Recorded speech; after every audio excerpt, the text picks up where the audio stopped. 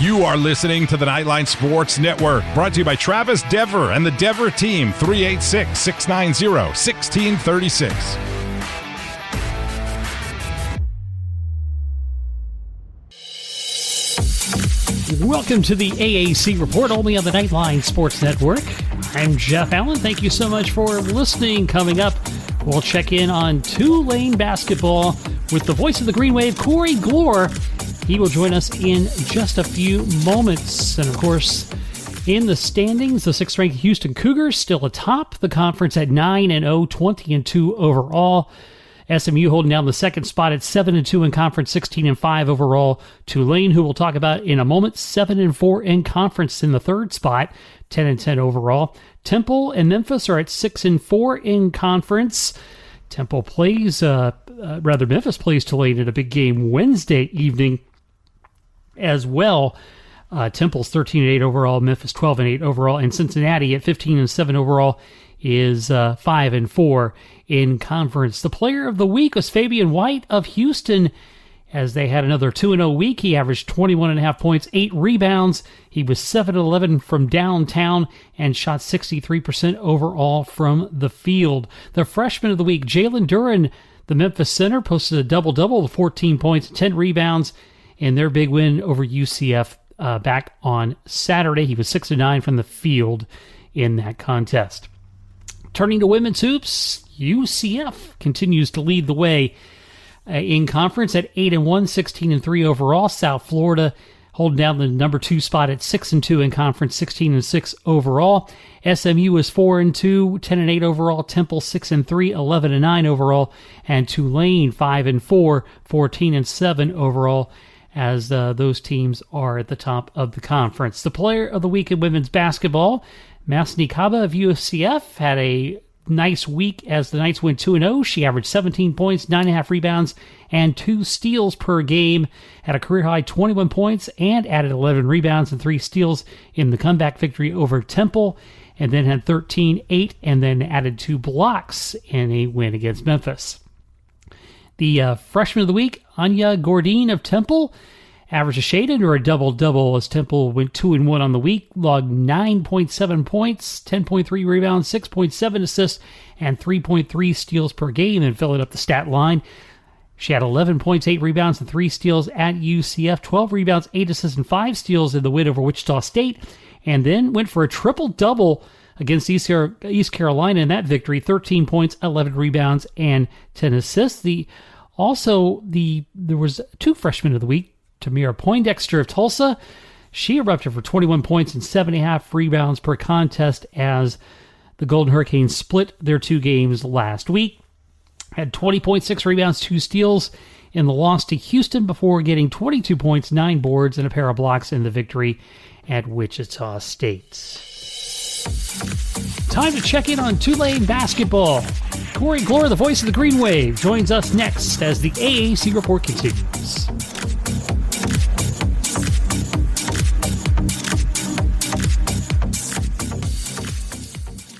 Hey, this is Travis Dever, Kai's Real Estate, the Dever team, New Smyrna Beach. Your source for real estate and everything else, New Smyrna Beach. Proud sponsor of Nightline. Call me anytime at 386-690-1636. That's 386-690-1636. Let me show you my hometown, New Smyrna Beach, UCF's favorite beach. Go Knights and charge on. An auto accident can change your life forever. At Chad Barr Law, we are raising the bar on what to expect from your personal injury attorney. Hi, I'm Chad Barr, and I want you to know that our entire team is dedicated to providing you with the representation you deserve in your greatest time of need. If you or a loved one have been injured in an auto accident, call 407-599-9036 for a free consultation or visit chadbarlaw.com. At Chad Barr Law, our clients come to us in need and leave as family. Offices, Altamont Springs. Looking for more out of your Porsche? Look no further than Flat6Motorsports.com. They have the widest selection of aftermarket Porsche parts anywhere in the world. With over 85 product lines and in-depth expertise, Flat6Motorsports.com is your one-stop shop for any Porsche performance needs. Whether you're shopping for intakes, exhausts, suspension, or tuning, they have you covered. Flat6Motorsports.com is the premier Porsche aftermarket specialist. Check them out at Flat6Motorsports.com.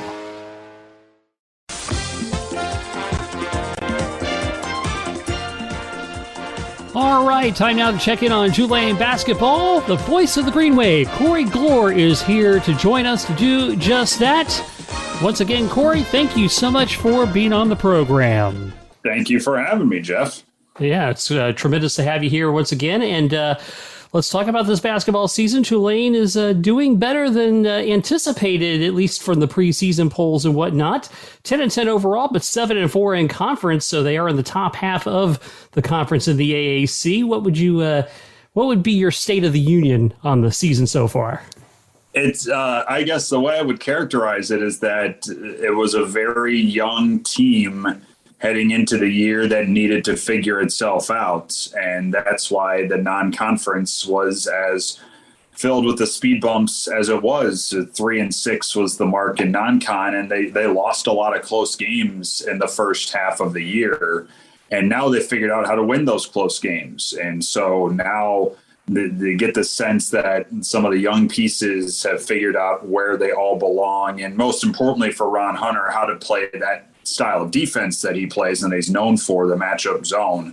But, the first 9 games of the year were a lot of mistakes, especially down stretches of games, and a lot of turnovers. And they've really buckled that down here of late, and add on to it the conference's best 3-point shooting team. And it's now everyone's figured out how to play this defense, and it's created a really good mix in some winning basketball here. Yeah, and tell me about Ron Hunter. He's obviously got a great track record. His enthusiasm is so infectious, and it looks like it's turning into a nice home court advantage. It is now, I would say, frankly, over the last 2 weeks here, it has now grabbed the campus, and now everyone at Tulane is much more focused in on what's happening inside that building, and now the city is starting to catch on to it too. And it has long been a problem to get the greater New Orleans community to focus in on what's going on with Tulane basketball. And for understandable reason, Tulane basketball hasn't given them a lot to focus in on since the early 90s. And now with the winning basketball coupled with the style that they play, the type of energy that they play with, and what their coach is, and how energetic he is all the time, and he's always kind of showing you how he feels. The city has really taken a hold of this team in a way that hasn't been seen in 30 years here. So, I mean, the crowds over the last couple of home games have been unlike anything that has been seen in a long time here, and the students are into it, and now the fans that have been around for decades are back, and now the city, the casual fans are starting to come in and recognize that this is a fun team, this is a winning team, and they're following the footprints of their head coach. And it's hard not to get behind a guy like Ron Hunter. Yeah, and you've had some good wins at home. You hammered Tulsa, had a nice win over Wichita State, and, of course, a big win this past Saturday by 20 over East Carolina. Yeah, and the common thread for those 3 games, Jeff, was that the crowd was loud. I mean, it was as loud as, this is my first year, so I've only heard this building a little bit, but I've talked to fans who've been around for a long time, and people around the school who have been a part of this athletic department or just around the community. They haven't heard this building like that in a long, long time. And so it's really built, and the momentum is really starting to gain steam around this program. And it's created a true, honest home court, which Ron Hunter hasn't had in his time here. He walked in, and the first year that he was here, he's just trying to figure out what he had and what he needed to change. And then after that was the COVID year. And so you couldn't have people in there. Now people are back in that building, and it's a small building, Jeff. It only seats 4,000, and they haven't gotten to full capacity yet for games, but it doesn't take much for that building to really pop. And so we've had 1,200, 1,500 people in some of these games, but it sounds like there are 15,000 people in there. And it is, I think, surprised the last couple of opponents that have come in here at Tulsa and Wichita, and most recently East Carolina, that they've had to now combat with a crowd like this, with a student section like this, because that just hasn't been the case here in a long time. Yeah, and of course, in that mix of games we just talked about, the Green Wave went on the road at Houston. 11-point loss there. How do you think they acquitted themselves, obviously facing the best team in the conference? Yeah, I mean, I think everyone around that program walked out more encouraged than not, because at 11-point margin, that game was a 2-possession game most of the second half. And with that type of defense that Houston plays, I mean, it wears you down. Tulane had more open looks in the second half than I think a lot of teams have had against Houston in the year, but they won 4 of 19 from behind the arc. And this is the best 3-point shooting team in the conference. They had 3 more of those, and that's a completely different game. And so they felt they walked out of that, handing shots back to Houston, and they could have easily walked out of that game with a win. There were very positive reactions coming out of that game. Then you see what Houston's done, in the conference outside of that, most recently what they did at Cincinnati. And you say, all right, we walked into Houston, we were within, 5 to 8 points most of that second half, and in their building, and couldn't quite get over the hump. We had to see them in New Orleans in a couple weeks. And I think there's a lot of encouragement and a lot of optimism about what they could potentially do second time around against that team. And I think that the one concern that they had, obviously, 4 of 19 from 3 is not going to do it, but they were worried about if there was going to be a natural letdown for getting up for the number 6 team in the nation, and then coming home and playing a struggling team at the bottom of the conference. And there wasn't.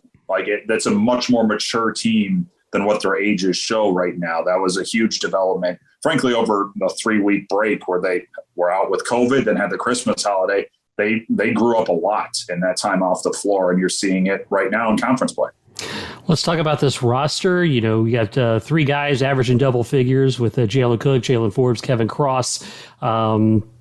Give me the rundown on this roster. Well, I think Jalen Cook's the guy that's getting kind of all the publicity, and for decent reason. He is a sharpshooter. He is a playmaker. He is as dynamic and electric of a player that Tulane has had here in a long time. Transfers in from LSU. And this was a guy that Ron Hunter had on his radar right away when he first got here. It was the first guy he went after when he got the job. Didn't get him, went to LSU instead, but always was just kind of keeping an eye, and LSU didn't find the time to use him in his freshman year. And so Cook said, you know what, if I'm not going to get time here, he's a Baton Rouge kid, then I want to show what I can do. And so he came over here, and he's been nothing but sensational. He's the second highest scorer in the conference. He is one of the best 3-point shooters in the conference. There's a Steph Curry element to his shot game. He loves the step back 3, but then he can drive the lane, and he can create his own shots by working his way down into the big boys there. He is kind of the focal point of this team, Jeff, and a lot of folks have kind of rallied around him and the type of energy he brings. There's a confidence to him that's not cocky. And that's allowed a guy like Jalen Forbes to kind of take a step back in what he's needed to do. He had to do almost everything last year for this team. Now he's not asked to be a playmaker as much. He's asked to be open for shots, and he's starting to hit those now with more regularity. And then Kevin Cross is the other guy. And to be honest, Jeff, he's not going to get the publicity of a Jalen Cook has, or, even Jalen Forbes on the conference honor roll this week. But this offense really runs through him. He is a power forward that's asked to play the 5, but Tulane brings him out to the top of the key, and the offense runs through him. He's a very good distributor of the ball, and everything kind of rotates around Kevin Cross. And he's mobile. He's got quickness, so he can get a step on some guys that are bigger than him. He used that to his advantage against East Carolina. But if you take out some size, he can spread the floor. He can knock down some outside jump shots. So without Kevin Cross, this offense doesn't quite work as well as it has this year. Jalen Cook can make a lot happen on his own, but Kevin Cross is really the guy that stirs the strength. And of course, you talked about the matchup zone. That's not an easy defense to play. And and of course, what you said, they are starting to really get good at it. What kind of problems does that cause the opposition? Yeah, I mean, it's something that, I asked Ron Hunter today for the podcast we do here at Tulane each week. And because it was something that I talked with Jalen Forbes about, who had a really good game offensively this past Saturday, but Houston shut him down, as they've shut down many. But what he's been able to do is play really good defense. And so adapting to a defense that kind of looks simplistic when you put it on paper, a matchup zone where it's, all right, sometimes you're going to play a zone defense, but then if it goes to a certain player on the floor, then it's going to switch to a man-to-man quick, and then it's going to go back to a zone. I think the best description I saw of it was an ESPN writer over the weekend who said that it's kind of an amoeba. That's kind of what the defense is. And so it took these guys really the first half of the year in non-conference to get a firm grasp on it. And that's something that Forbes admitted to over the weekend. He needed time to figure it out. And now he's found a way to figure it out. It's funny because Ron Hunter said whenever he brings guys into this program and they ask about the defense, he recruits for this defense. Like he was fully admitting that, but he said, if you can play man, you can play our defense. Just a little bit of a tweak that they do. And it's hard to put your finger on what it is. And I'm not going to be able to fully elaborate on it because there's really only one guy in college basketball that has been able to, and he's been doing it for 30 years coaching. That's Ron Hunter. I mean, it's worked for this long. And now I think it's starting to get back to center stage after, a couple of years where Georgia State was making their tournament runs and caught some eyes. Now with Tulane playing as well as they have now, I think folks are starting to key back in on it and see, all right, how does this work? Because it's not that radical, but it's just different enough that's caused a lot of teams a lot of problems this year. Yeah. So is the remaining part of the season, of course, we are in February, so this is really when, it gets down to brass tacks, if you will. How do you see the remainder of the season playing out? And, and I also look at a team like this and think, they could be a tough matchup come the conference tournament. I mean, this is, Tulane heads to Memphis on Wednesday, and you guys just, UCF just saw Memphis, and now it sounds like they're back to full strength. And now it sounds like, they got everyone back healthy. Amani Bates is about to return, and that's a very different team when everyone is back together. So that's going to be a very good matchup for Tulane to, they already beat Memphis once this year, but it was without their big three. And so now with Memphis sitting right behind them under the standings, winners of 3 in a row in that building where Tulane has long had issues. I think they walk into this game and have walked into any game right now feeling as though, yeah, we can win this, which has not always been the case here at Tulane. The remaining 7 games are challenging because you see a lot of teams that you're jockeying with for the top 5. And that's now becoming a little bit of a focus, getting into that top 5 so that you don't play day 1 of the conference tournament. Memphis coming up on Wednesday, haven't seen Temple yet.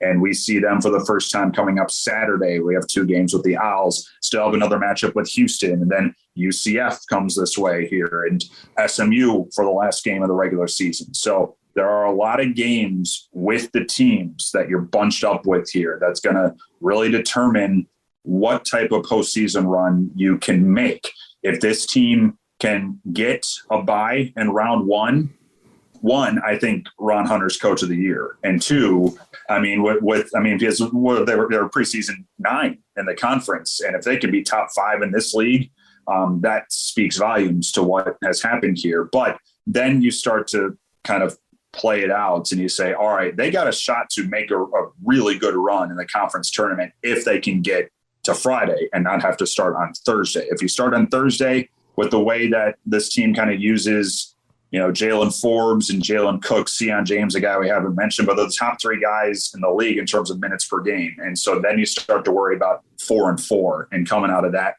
situation. But you can get that bye and start on Friday, then you have a team that I think the league has realized now is pretty dang good, even if the overall record hasn't shown it. And with the type of defense that they play, that defense travels. And so I think they can be a really, really dangerous team in Fort Worth. They can stick in the top 5, and this next 7 games are going to prove that. I tell you what, though, I do love Ron Hunter. I know when he got the job, it was like okay, he's going to do things there, which, I said right out of the gate on this podcast. And so I thank him for making me look smart for one thing. But I just love that enthusiasm he brings and just that high energy. It's got to be just such a thrill to be around. It really is. And that's him all the time. Like he knows when to get serious and he'll go after his guys. And when you're around practice, like he'll get after them. But he also knows that, when he was a player at Miami and how, it was he and Ron Harper that were doing damage together there. But it was, he realized he played better when he was looser, when he was, enjoying being around his coaches and the rest of the team. And so when he became a coach, he made that critical to how he operated. Like he wants these guys to enjoy being around him and not see him as the guy that's telling him what to do. It's get along with them and hang out with them a little bit and be that type of guy. And so when you see him dancing on the sideline after, the Wichita State game a few weeks ago, and, he came over and bowed to the student section and thanked them after the game against East Carolina. And when you see him, some fans in Orlando will probably remember if they were sitting courtside there, he was talking to them throughout the game. And that's him. Like he enjoys that part of this. He loves having fun. And he entered this season repeating to myself, to everyone who would listen around this campus, that this team was going to be something really good and something really impressive. And maybe it wouldn't be this year, but with the youth of this team, it was going to build to something really good. And now we're starting to see it really build to something good. So he loved this team heading in. He loved coaching this team from the very start, even with the close losses and non-conference play, but he never lost the thread of that. He still loved this group, even through the struggles. And now you're seeing this team kind of take the personality of its coach. And on top of that, they're winning games. And so now it's created just this great mix where entertainment sells in this city, Jeff. And so now this has been entertaining for the people of New Orleans to watch. And game in, game out, you're getting more and more people around town saying, hey, Tulane is playing really well right now. And that's been 3 decades in the making here. Outstanding. And of course, I want to encourage folks to follow you on Twitter because you do a great little segment where you find the worst seat in the visiting in the opponent's arena, I should say. We're seat in the house because I'm partial. Fogelman Arena in the Devlin Fieldhouse doesn't have a bad seat. It's a 4,000 seat arena. It's hard to find a bad seat in a building like that. But yeah, I can't take full credit for this. This is myself and our SID, our media relations director, Tom Simmons. We were walking around Charles Koch Arena in Wichita a few weeks ago, and I usually do a broadcaster thing where I always take a photo from the camera well to get the court shot and whatnot, and do cheesy stuff like that. And I was just walking around the arena. I'd never been there before. I was always I'd seen it plenty on television, so I wanted to explore it. We found this one seat, center court, last row, upper deck, and if anyone has ever been to that arena knows it just keeps on going up. And there was another camera well sitting up there. And I realized when I sat down, I couldn't see half the floor. I couldn't see the left side of the floor. So I'm like, why would anyone buy this seat? Like, the arena is sold out for a long time. Why would anyone in the world sit there? And Tom said, we should do something up here. And I'm like, yeah, let's do something up here. And so I pulled out his phone. I just started talking. And then it caught fire a little bit when we posted that. And then our next stop was to UCF. And when I walked in, I was like, all right, this is nice. It's going to be a little bit of a trick here. And then I looked to my left and I saw kind of off the corner there up along a wall. I was like, oh, I think I found it. And I found a seat that's right at the top of the stairs. And I don't need to tell UCF fans where I was there because they know in that building where that is. A little overhang blocks the view of some of the benches. And that's the one that really caught fire, I think, was that trip to UCF.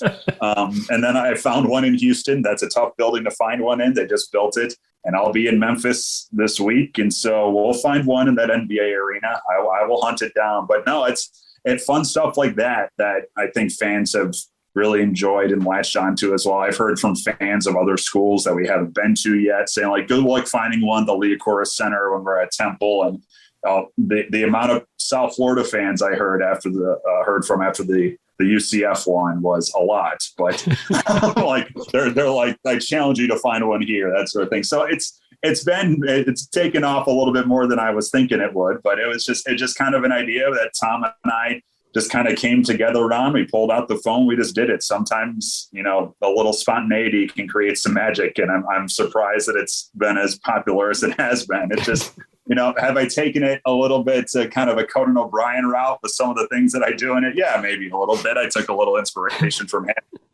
But no, it keeps fans, I think, it gives them another thing to, I guess, kind of be, have fun with this program, because it's a fun program and they play fun basketball. And it's just another little thing that fans have seemed to enjoy. Oh, that's good stuff. And by the way, before we went on, you would mention that, getting set for baseball season that's about to get underway. And Tulane's always had a real good program there. Just a quick synopsis. I know you're just digging into the work there on that. How are they looking for this campaign? I think they got the makings of something pretty good here for this season. They're preseason number 2 in the league. They bring back a ton of young bats. And, Bennett Lee was the freshman of the year last year, the catcher who had 440. And he's going to be the centerpiece of this lineup. And, Chase Engelhardt at second base, Jacob LaPrairie in the outfield, a couple of a very young team, a lot of freshmen coming in. The key will be, if they can find the mix on the mound, because 3 of their starting rotation from last year in the 4-game weekends were drafted. And so now they have to replace everyone outside of Tyler Hoffman, who will be the Friday guy. And then they also have to find a closer. Keegan Gillis was the closer last year, and he got drafted by the Orioles. And so the pitching is going to determine just what Tulane is able to do this year. They're very optimistic about some of the young arms that they have, a couple of guys that might go two-way, that can bring some fire on the mound. And so it will boil down to what they can get on the mound with Tyler Hoffman. They have a Mississippi State transfer and Dylan Carmouche that'll probably get started in the weekend here, and go from there. So that they're going to have the offense to compete with pretty much anybody in this league. The work on the mound is going to be the key for this team. All right, Corey, before we let you go, shameless plugs, please. So you could give that Twitter handle out so people can find where the worst seat in the house is at your opponent's arenas, as well as where they could catch your podcast as well. Yeah, sure. My Twitter handle is @Corey Gloor, EYOO.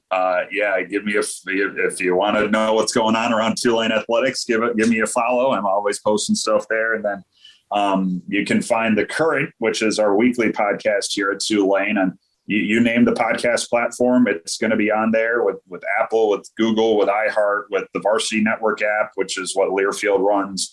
Spotify, we're on there as well. And, if you want to get a kind of a deep dive into what's going on around Tulane athletics, we talk to Ron Hunter every week. And so you can hear kind of the enthusiasm in a long form sit down that you get in bits and pieces during games. Well, we'd love to have you. It's a really fun program right now to be around. And so if you're kind of jumping on the streetcar with a lot of folks around the city about what this team is doing right now, there's room for you to come on board. And we'd love to have you learn a little bit more about them. Outstanding. Corey Gloor, he's the voice of the Tulane Green Wave. Thanks again for being here. Thank you, Jeff. And we'll be back with some final news and notes right after this. If you haven't figured it out yet, I love Tijuana Flats. I would love them even if they weren't a partner with us on the Nightline Sports Network. They have all kinds of great Tex-Mex food, and it's fresh, by the way. Made to order burritos, tacos, enchiladas, chimichangas, quesadillas, bowls, nachos, and taco salads. And if you haven't tried the queso, you are completely missing out. It is the best queso that I've ever had in my life. Absolutely hands down. And the sauce bar that they have everything from wild to mild in there. Absolutely awesome, awesome stuff. Not only do I love the food at Tijuana Flats, but I love the company, a UCF-born company, and they give back to the community with the Justin Queso Foundation. So head to your local Tijuana Flats, Tex-Mex for everyone.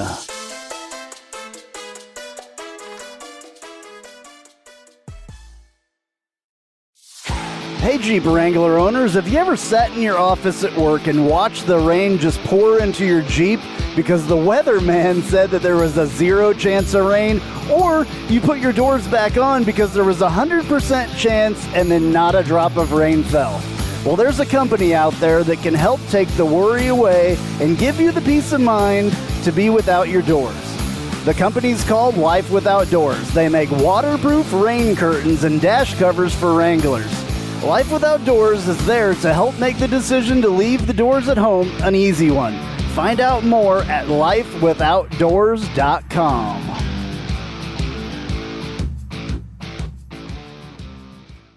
Spice up your company with homemade marketing services from Tasty Gravy Creative. Tasty Gravy serves up the menu of budget-friendly marketing, graphic design, and public relations services customized to your specific goals. Co-owned by a UCF graduate, Tasty Gravy can help refresh your brand, strengthen your online presence, or reinforce your company's message. Contact Tasty Gravy for help with your website, social media, marketing, advertising materials, and more. Visit tastygravy.com.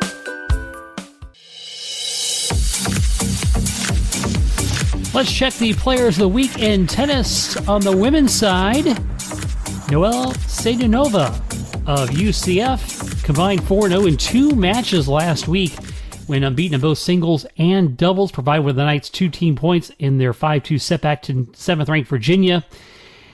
She held a 6-4, 4-6, 4-3 lead at number 3 singles before her opponent retired, and she followed with a 6-1, 6-2 win at number 3 and a 7-0 win against Sunbelt champion Georgia Southern. She had a 6-3 win at number 3 doubles against the Cavaliers and a 6-2 win at number 2 doubles against the Eagles. The AAC Men's Tennis Player of the Week is Callum Gale of Tulsa, won in both singles and doubles as he led Tulsa to a 4-3 win against number 18 Pepperdine in their only match. He broke a 3-3 tie and gave Tulsa the team win by rallying from an 0-3 deficit in the third set to score a 7-5, 3-6, 6-4 win and the number 6 singles slot, defeating a top 100 player. Gale also had the clinching win for the doubles point with a 6-2 set at the number 2 spot.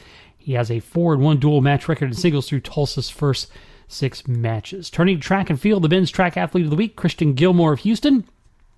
He blazed to an 800-meter victory at the Charlie Thomas Invitational in College Station.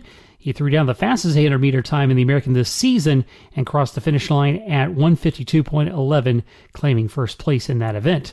The men's field athlete of the week, Michael Bryan of Wichita State, as in the Herm Wilson Invitational, claimed the event with a fifth throw of 20.94 meters or 68 feet, 8.5 inches, the top to 10th in the American this season, 27th nationally. The women's track athlete of the week is Renea Jones of UCF and took the win for the Knights in the 60-meter dash at the Charlie Thomas Invitational, besting Houston's Camille Rutherford in the finals with a time of 7.23 to nab first place. That makes her the conference 60-meter leader and ranked 9th in the NCAA.